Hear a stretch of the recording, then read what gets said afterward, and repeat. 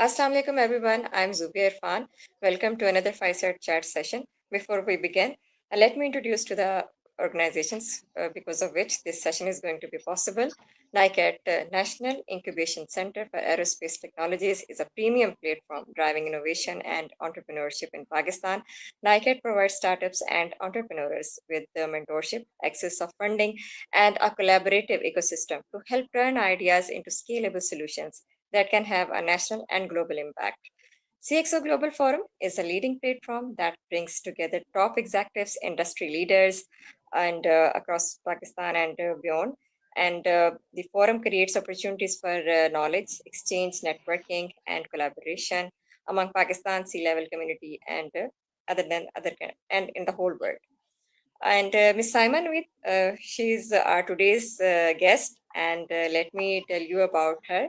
Miss Saima is a dynamic IT and digital transformation leader with over 13 years of leadership experience and a total of 21 years in the technology landscape.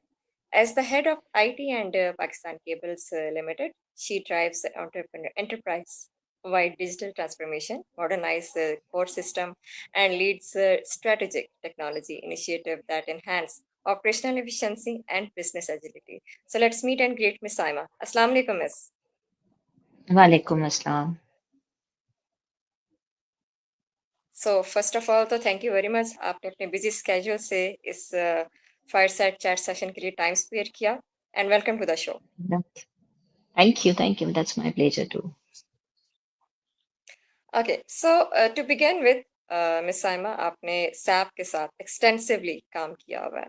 So how do you compare its strengths with Oracle ERP for different types of organizations?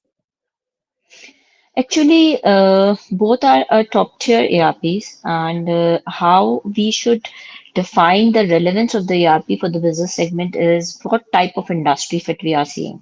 SAP goes quite well with the manufacturing, supply chain oriented organizations who runs on compliance based, the standardized processes that are well aligned with the global practices.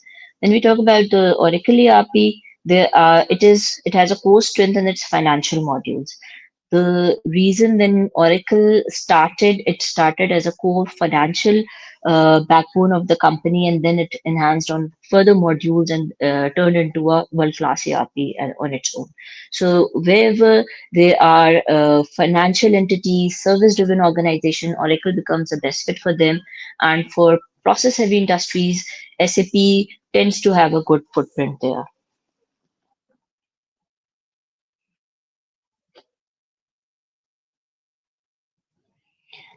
Zubia, your voice is breaking now. Okay, so as per your opinion, what factors should companies consider when choosing between a large-scale ERP like SAP and a flexible modular ERP like Oracle Fusion Cloud? Okay. First of all, we tend to talk like that we need to upgrade the ERP, we need to change the ERP, or we need to bring a new technology in the landscape. The initial point is to start with the business capability assessment. Where are we today? What are our current pain points? What are the current control gaps in our uh, current system? And then we need to identify the areas where our current system or the technology infrastructure is not letting us achieve that desired business growth. Once we have established our current baseline, then we can easily shortlist on the criteria what is our current organizational complexity, where we want to scale up, and what solution will be the best industry fit for us. Secondly, how mature are our processes? If our processes are not mature enough, they will struggle with any ERP that is co-focused with the standardization of the processes. So there we need to do the right assessment and then make any conclusion on which ERP to be selected. The most important part is the third party applications or the business components that are in continuation to support our end to end business lifecycle. We need to see which ERP comes with a built in integration structure and that can help us onboard across the complete ecosystem. And obviously, the internal talent readiness to adapt with the standardized processes, how soon they can adapt with this standardized process structure, or we need to go for the modular configurable processes in a ongoing manner. Very right, very right. So, what are the biggest challenges organizations face when implementing or upgrading enterprise ERP systems such as SAP and Oracle? देखिए सबसे पहले तो ये होता है कि क्या मेरी बिजनेस एक्सपेक्टेशंस हैं out of this whole transformation पहले हम उसको क्लियरली लेड आउट करें we always set it as our goalpost and then we assess the system capabilities whether they are able to support and meet that business expectation in a longer run or not. Secondly, our process ownership, we are not aligning the processes alongside with the technology adoption. So if that's the case, it turns into a bigger challenge for the successful implementation of the technology. The data, weak master data always brings the complexity to the implementation and tend to become the most important factor for any implementation failure. So the data governance should be in place from day zero of the transformation. This is what I believe. The data quality, cleanliness of the data should be targeted since the start of the conception of the project. Generally, it happens processes configure कर लें, system training दे दें, data को फिर हम सबसे आखिर में देखेंगे, and that becomes your roadblock to the successful transformation. So these are the most important challenges that we tend to face whenever we are on evaluating any kind of implementation for the successful. The change resistance also comes in place when you are moving from a highly customized legacy kind of setup to an standardized ERP. People do not want to change or mature their process according to the best global fit standards. So this also needs to be taken care of during the implementation stage. Very right, very right. तो change management को usually under estimate कर दिया जाता है। So how do you help teams embrace new process and tools during SAP और Oracle transformation? सबसे पहली चीज कि हमें प्रोसेस ओनर्स को और जो हमारे फ्रंट लाइन यूजर्स हैं उनको अर्ली स्टेज से ही इंगेज करना होता है on to that technology adoption. When you are building that system, start making them engage with the system during that process. It helps them in the early adoption.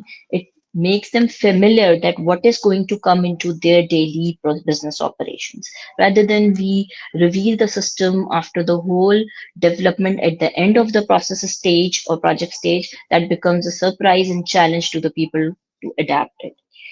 Second, we do not make the teams align with the why behind this transformation. The core objective, underlying objective, why we have adapt, taken up this transformation project in our journey. So that why has to be reiterated throughout the process life cycle of that project. The training, the role-based simulations during the project life cycle is important, and like I said, when they will be interacting during the process development on the system, the adaptation becomes easier for them. And the leadership visibility of the project throughout the life cycle. It's not only at the start and at the end of the project. They have to be visible of the life cycle through which the project is undergoing, so that they can keep on reinforcing this new adaptation and technology objective to the teams down the line. Okay, okay. So बहुत सी companies हैं जो business process री-इंजीनियरिंग के साथ struggle कर रही होती हैं। So, in your experience, which approach works best in SAP or Oracle-driven environments? I would say for any kind of ERP transformation, we must adapt the value stream driven approach. In contrast to the legacy departmental aspect that finance processes are digitized and automated, the supply chain processes are digitized and automated, we need to see the end-to-end value stream and adapt that value stream onto the system rather than customizing or configuring the department-wise functionalities in that.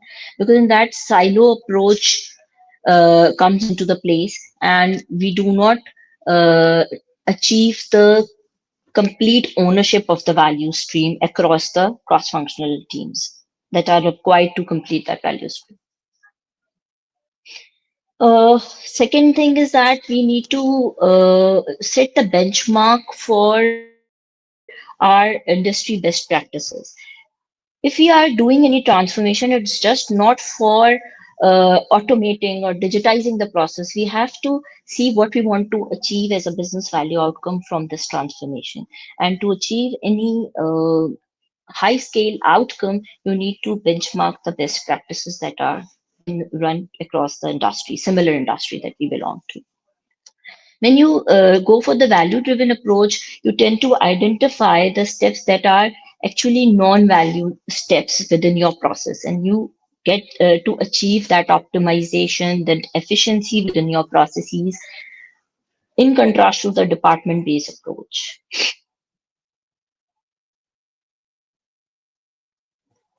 Very well explained. So, Ms. Saima, paperless transformation is a big shift. What practical steps should organizations take to move forward a paperless enterprise using SAP or Oracle? So, in the paperless transformation, I would say we must go stepwise.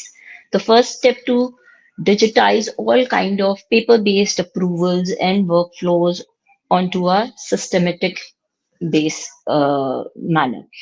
Then you need to implement the next step, that is of electronic signatures and then document versioning. The third step comes with the integration.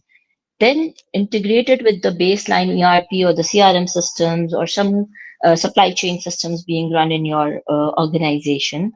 Later comes the collaboration across the e-invoicing platforms, the supplier platform, the customer portals that are currently in place in your ecosystem. Later on, enforce the policy level elimination of the physical documents. If we go stepwise, we tend to achieve the success ratio in a quite adaptive manner, quite fast, rather than if we go for a big bang approach, ideally your process tend to stuck at some place and you take it quite longer to just achieve one single automated flow out of a paper-based system. Very right, very right. So, Ms. Saima, what role does leadership play in the success or failure of digital transformation initiatives, especially when modernizing ERP ecosystem? देखिए वही वाली बात कि हम ये काम करना क्यों चाहते हैं, हम ट्रांसफॉर्मेशन पे क्यों जा रहे हैं, हम आज का मौजूदा लेगेसी सिस्टम क्यों चेंज करना चाह रहे हैं. That business value has to be established in under the direction of clear leadership and sponsorship. If we set that business value outcome as our core objective behind the transformation, we would be able to achieve it successfully. Everybody knows today whatever I am doing, what is going it is going to return me in the end of the process. Plus the roadblocks and the cross-functional alignment that has to be steered by the leadership. They tend to understand the process in a holistic view, the value streams from end to end point. They can better remove that roadblocks which comes as a hindrance or kind of a complexity in some siloed process end. Okay, okay. So मुझे ये बताइएगा कि SAP या Oracle system की जब implementation different companies करती हैं, तो क्या बिगेस्ट मिस्टेक्स वो यूजुअली कर रही होती हैं आपके ख्याल में?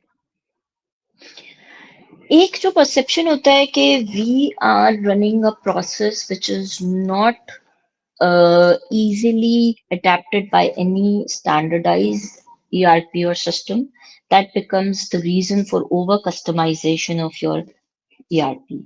and hence you start becoming uh, complicated in terms of operation and in terms of long-term sustainability of the system. Because the more you customize your ERP, you are making yourself away from the standardization, so that overall, I would say, base building block has been changed.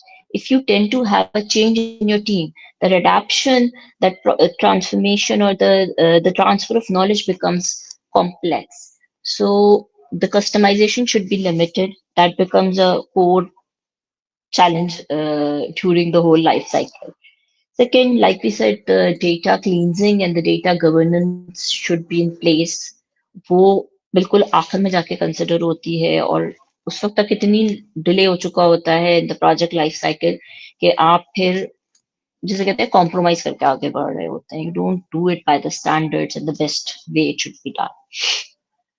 एक और बहुत important element होता है कि लोग ERP के project को समझते हैं कि ये आईटी लेड प्रोजेक्ट है. This is what IT bringing into the business to get some technology upgrades, get some advancements that are in the running as per the practices.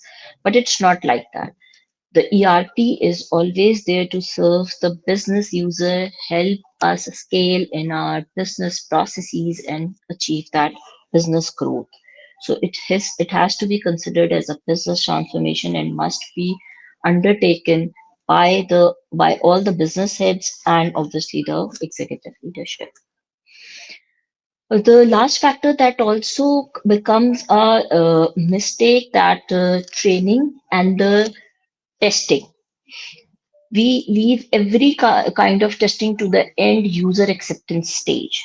Instead of focusing on unit testing, then your integration testing among the all processes, and then bringing it to the UAT stage, because UAT has certain time bound constraints. When you do the testing at every stage, you tend to mature the system and process alongside the implementation lifecycle, rather than coming as a long list of issue report before the at the end of UAT, and you have a constraint to complete it just before the go live timelines. The process doesn't mature in such kind of rush mode. So if you do it from the start, the testing and the training, you achieve a better outcome at the end of the life cycle. Very right, very right. So, Ms. Saima, in the end, I would like to ask how important is cross functional collaboration during large scale transformation, especially when integrating SAP or Oracle with other digital systems? It's highly critical for any kind of ERP transformation to involve all of the stakeholders from the initiation of the process till end of the process, and further ensuring the sustainability of that transformation across your processes and value streams going forward. So, like we said, that the importance is highly critical.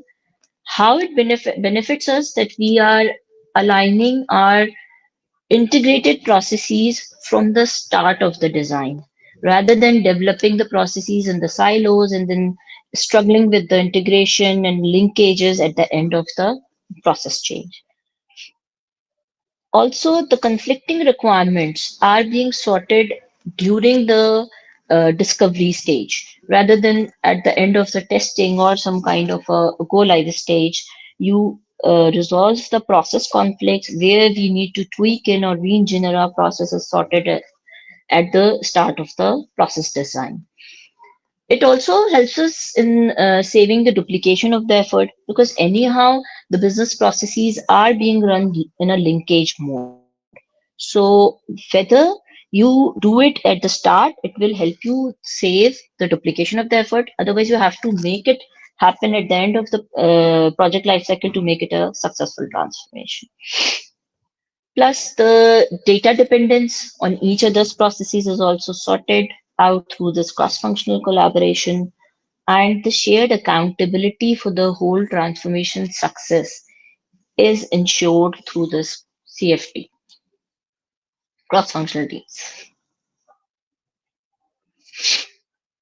Very right, very right. So, Miss Saima, thank you very much. And it has been a very useful discussion with you. And I hope our viewers will learn a lot from it.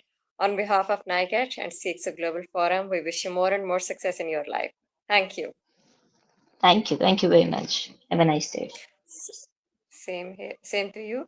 So, viewers, this is it for today. Inshallah, see you soon with some another amazing personality. Till then, take care. Allah Hafiz.